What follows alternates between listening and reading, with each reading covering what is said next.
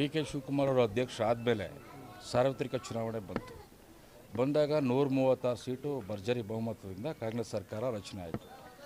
ಆದಂಥ ಸಂದರ್ಭದಲ್ಲಿ ಸಿದ್ದರಾಮಯ್ಯ ಅವರು 2.5 ವರ್ಷ, ಡಿ ಕೆ ಶಿವಕುಮಾರ್ 2.5 ವರ್ಷ ಅಂಥೇಳಿ ಒಳ ಒಪ್ಪಂದ ಆಗಿತ್ತು. ಅದು ಜಗಜ್ಜಾಹಿರ್ ಎಲ್ಲರಿಗೂ ಗೊತ್ತಿರೋಂಥ ವಿಚಾರ. ಈಗ ಸಿದ್ದರಾಮಯ್ಯ ಸಾಹೇಬರು 2 ವರ್ಷ ಆಡಳಿತ ಕೊಟ್ಟಿದ್ದಾರೆ. ಏನು ಈ ಪಕ್ಷಕ್ಕೆ ಮೂಲ ಕಾಂಗ್ರೆಸ್ಸಿಗರು ಡಿ ಕೆ ಶಿವಕುಮಾರ್ ತಮಗೆಲ್ಲ ಗೊತ್ತು. ಅವ್ರಿಗೂ ಕೂಡ ಒಂದು ಅವಕಾಶ ಏನು ಮಾತು ಕೊಟ್ಟಿದ್ದಾರೋ ಅದ್ರ ಪ್ರಕಾರ ಅವರು ಬಿಟ್ಟುಕೊಡ್ಬೇಕು ಅಂತೇಳಿ ನಮ್ಮೆಲ್ಲರ ಕೋರಿಕೆ ಮತ್ತು ಬೇಡಿಕೆ. ಈಗ ಡಿ ಕೆ ಶಿವಕುಮಾರ್ ಅವರು ಅಧ್ಯಕ್ಷ ಆದಮೇಲೆ ಕಾಂಗ್ರೆಸ್ ಪಕ್ಷದ ಆ ಅಧ್ಯಕ್ಷ ಗಾದಿಯ ಒಂದು ಏನು ಅದರ ತೂಕ, ಅದರಲ್ಲಿ ಎಷ್ಟೆಲ್ಲ ಕಾರ್ಯಕರ್ತರನ್ನ ಮುಖಂಡರುಗಳನ್ನ ಬೆಳೆಸ್ಬೋದು, ಅಧಿಕಾರ ಕೊಡ್ಬೋದು ಅಂಥೇಳಿ ಪಕ್ಷ ಏನು ಅಂಥೇಳಿ ಅವರು ಎಲ್ರಿಗೂ ತೋರಿಸ್ಕೊಟ್ಟಿದ್ದಾರೆ, ಎಲ್ಲ ಪಕ್ಷದವ್ರಿಗೂ ಕೂಡ. ಸೊ ಹಾಗಾಗಿ ಹಗಲು ರಾತ್ರಿ ದುಡ್ದಿದ್ದಾರೆ, ಪಕ್ಷನ ಅಧಿಕಾರಕ್ಕೆ ತಂದಿದ್ದಾರೆ. ಇನ್ನು ಉಳಿದು 2.5 ವರ್ಷ ಡಿ ಕೆ ಶಿವಕುಮಾರ್ ಸಾಹೇಬರಿಗೆ ಬಿಟ್ಟು ಕೊಡಬೇಕು. ಈಗ ಸಿದ್ದರಾಮಯ್ಯನವರು ಕಷ್ಟದಲ್ಲಿ ಇದ್ದಂಥ ಕಾಲದಲ್ಲಿ 2005ರಲ್ಲಿ ಅವರು JDSಯಿಂದ ಆಚೆ ಬಂದು 2006ರಲ್ಲಿ ಇದೇ ಚಾಮುಂಡೇಶ್ವರಿ ಚುನಾವಣೆ ನಡೆದಾಗ ಅವತ್ತು ಪಕ್ಷಕ್ಕೆ ಬರುವಾಗಲೂ ಕೂಡ ಡಿ ಕೆ ಶಿವಕುಮಾರ್ ಅವರು ಮತ್ತು ವಿಶ್ವನಾಥ್ ಅವರು ಕೆಲವರೆಲ್ಲ ಮುಖಂಡರುಗಳೆಲ್ಲ ಪಕ್ಷಕ್ಕೆ ಕರ್ತಂದರು. ನಂತರ ಚುನಾವಣೆಯಲ್ಲೂ ಕೂಡ ಈ ಬೋಗಾದಿ ಮತ್ತು ಮಂಟಿಕ್ಯಾತ್ನಳ್ಳಿಲಿ ಗಲಾಟೆ ಆಯಿತು. ಯಾರು ಕಾಂಗ್ರೆಸ್ ಅವರು ಊರೊಳಗಡೆ ಬರಬಾರ್ದು ಅಂತೇಳಿ ಗಲಾಟೆ ಮಾಡಿದಾಗ ತಮಗೆಲ್ಲ ನೆನಪಿರ್ಬೋದು. ಆಗ ಮೊದಲು ಡಿ ಕೆ ಶಿವಕುಮಾರ್ ಅವರು, ಅಂಬರೀಷ್ ಅವರು ಒಳಗಡೆ ಹೋದರು, ಊರೊಳಗಡೆ. ಪ್ರಜಾಪ್ರಭುತ್ವ ವ್ಯವಸ್ಥೆಯಲ್ಲಿ ಎಲ್ರಿಗೂ ಅವಕಾಶ ಇದೆ, ಯಾಕಪ್ಪ ನೀವು ಹಂಗೆ ಮಾಡ್ತಾಯಿದ್ದೀರಿ ಅಂಥೇಳಿ ಎಲ್ಲರೂ ವಿಶ್ವಾಸಕ್ಕೆ ತಗೊಂಡು ಅವತ್ತು ಚುನಾವಣೆ ಮಾಡಿದ್ರು. ಇಡೀ ರಾಜ್ಯ ಕುಮಾರಸ್ವಾಮಿ ಅವರು ಆದಿಯಾಗಿ ಮುಖ್ಯಮಂತ್ರಿ ಇದ್ದರು. ಕುಮಾರಸ್ವಾಮಿ ಅವರು ಎಲ್ಲರೂ ಕೂಡ ಮೈಸೂರಲ್ಲೇ ಇದ್ದರು, ಚುನಾವಣೆ ಮಾಡಿದ್ರು. ಆದರೂ ಡಿ ಕೆ ಶಿವಕುಮಾರ್ ಅವರು ಮುಂದಾಳತ್ವ ತಗೊಂಡು ಅವತ್ತು ಸಿದ್ದರಾಮಯ್ಯ ಅವರು 257 ಓಟಲ್ಲಿ ಗೆಲ್ತಾರೆ. ಅದು ಪುನರ್ಜನ್ಮ. ಸೊ ಇದನ್ನೆಲ್ಲ ಇತಿಹಾಸ ಯಾರೂ ಮರೀಲಿಕ್ಕೆ ಸಾಧ್ಯ ಇಲ್ಲ.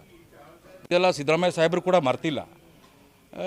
ನಮ್ಮ ಎಲ್ಲ ಕಾಂಗ್ರೆಸ್ ಕಾರ್ಯಕರ್ತರಿರಲಿ, ನಾವು ಡಿ ಕೆ ಶಿವಕುಮಾರ್ ಸಾಹೇಬ್ರ ಅಭಿಮಾನಿಗಳಿರಲಿ, ನಮಗೆಲ್ರಿಗೂ ಒಂದು ಏನು ಭರವಸೆ ಅಂತ ಹೇಳಿದ್ರೆ ಸಿದ್ದರಾಮಯ್ಯನವರು ನುಡಿದಂತೆ ನಡೀತಾರೆ.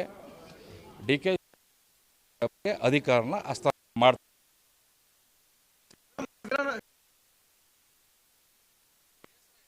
ಬೇಸರ ಏನಿಲ್ಲ. ಸೊ ಗ್ಯಾರಂಟಿ, ಪಂಚ ಗ್ಯಾರಂಟಿ ಇತ್ತು, ಅದನ್ನೆಲ್ಲ ಜಾರಿಗೆ ತಂದಿದ್ದಾರೆ. ಪಂಚ ಗ್ಯಾರಂಟಿ ಯೋಜನೆನ ರೂಪಿಸಿದವರೇ ಡಿ ಕೆ ಶಿವಕುಮಾರ್ ಅವರು. ಸೊ ಹಾಗಾಗಿ ಏನು ಸಿದ್ದರಾಮಯ್ಯ ಅವರ ಆಡಳಿತದಲ್ಲಿ ಖುಷಿ ಇದೆ, ಆದರೆ 7 ವರ್ಷ ಆಗಿದ್ದಾರೆ ಅವರು. ಇನ್ಯಾವಾಗ ಅವಕಾಶ ಡಿ ಕೆ ಶಿವಕುಮಾರ್ ಅವರಿಗೆ? ಮೂಲ ಕಾಂಗ್ರೆಸ್ಸಿಗರು ಡಿ ಕೆ ಮತ್ತು ಸಿದ್ದರಾಮಯ್ಯ ಹೊರಗಿನಿಂದ ಬಂದಿರೋದು, ಈ ಮೂಲ ಮತ್ತು ಹೊರಗಿನಿಂದ ಬಂದಿರೋರು ಫೈಟ್ ಆಗ್ತಾ ಇದೆ ಈಗ ಅಂತ? ಇಲ್ಲ, ಆ ಥರ ಏನು ಕಾಣ್ತಾ ಇಲ್ಲ.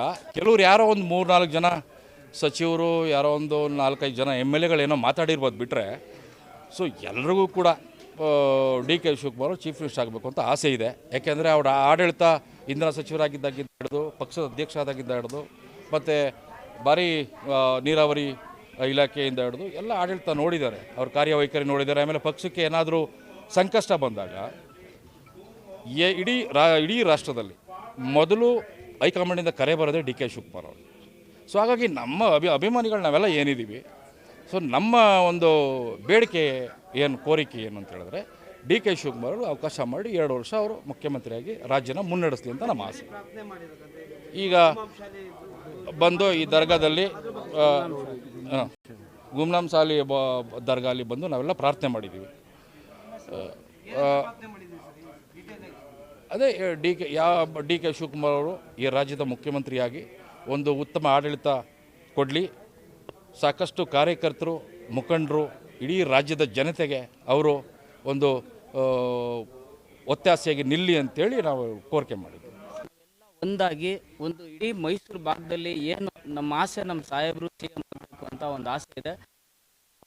ಪೂಜೆ ಮಾಡಿಸಿ ಒಂದು ಸಾಹೇಬ್ರ ಹೆಸರಲ್ಲಿ ಒಂದು ಅನ್ನದಾನ ಮಾಡೋರು.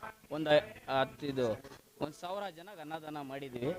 ಇದು ಯಾಕಂದರೆ ತುಂಬ ಕಷ್ಟ ಬಿದ್ದಿದ್ದಾರೆ ಡಿ ಕೆ ಶಿವಕುಮಾರ್. ಹಗಲಿ ರಾತ್ರಿ ನಾವು ಕಣ್ಣಿಂದ ನೋಡಿದಿರೋದು. ಆ ಮನುಷ್ಯನಿಗೆ ಏನು ದೇವರು ಶಕ್ತಿ ಹೆಂಗೆ ಕೊಟ್ಟವನು ಅಂದರೆ 2-3 ಅವರ್ ನಿದ್ದೆ ಮಾಡೋದು. ಯಾಕಂದರೆ ಯಾರಿಗೂ ಸಾಧ್ಯ ಇಲ್ಲ. 3 ಅವರ್ ನಿದ್ದೆ ಅಷ್ಟೇ ಡಿ ಕೆ ಶಿವಕುಮಾರ್ ಸಾಹೇಬರು ಮಾಡಿರೋದು. ನಾವೆಲ್ಲ ಕಣ್ಣಿಂದ ನೋಡಿದ್ದೀವಿ. ಅವ್ರಿಗೆಲ್ಲ ಒಂದು ಅವಕಾಶ ಕೊಡಲೇಬೇಕು. ನಮ್ಮದೆಲ್ಲ ಮುಸ್ಲಿಂ ಸಮುದಾಯದ ವಿನಂತಿ ಇದು.